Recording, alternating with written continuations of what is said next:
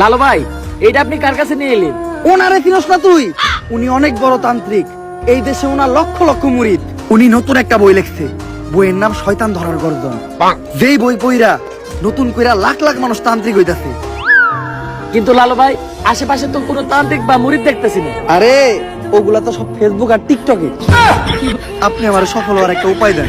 যদি সফল হতে চাও তাহলে আমার লেখাই বইটি নাও, শয়তান ধরার গর্জন। এই বইটি নেওয়ার সাথে সাথেই তোমার জীবনে থাকবে না কোনো অর্জন।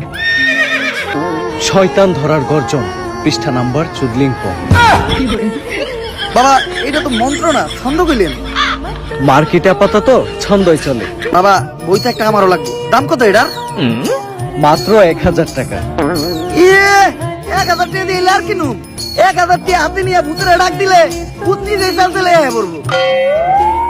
1000 টাকা দিয়ে বইয়ের দাম, এই বইয়ের বিশেষত্ব কি? এই বইটা আমি আমার নিজ হাতে লিখেছি। দেখি হাতের লেখা এত খারাপ? দেখি এই বইয়ের প্রথম পৃষ্ঠায় কি লেখা? মানুষকে ভোদাই বানানোর 100টি উপায়। 1000 টাকা দিয়ে 120টার এই বইটি নেন আর ঠাস করে ভোদাই হয়ে যান। এখন সফল হইতে গেলে তো এই বইটা লাগবেই, তো এই বইটা আমি নিয়ে গেলাম। বইয়ের টাকাটা? ওইটা আমি হোয়াটসঅ্যাপে পাঠাই দিব। গুরু, আজকের থেকে আপনার লেখা এই বইটা পইরাই আমার শয়তান ধরার যাত্রা করলাম শুরু। শয়তান ধরার গর্জন, পৃষ্ঠা নাম্বার চুদলিং পং।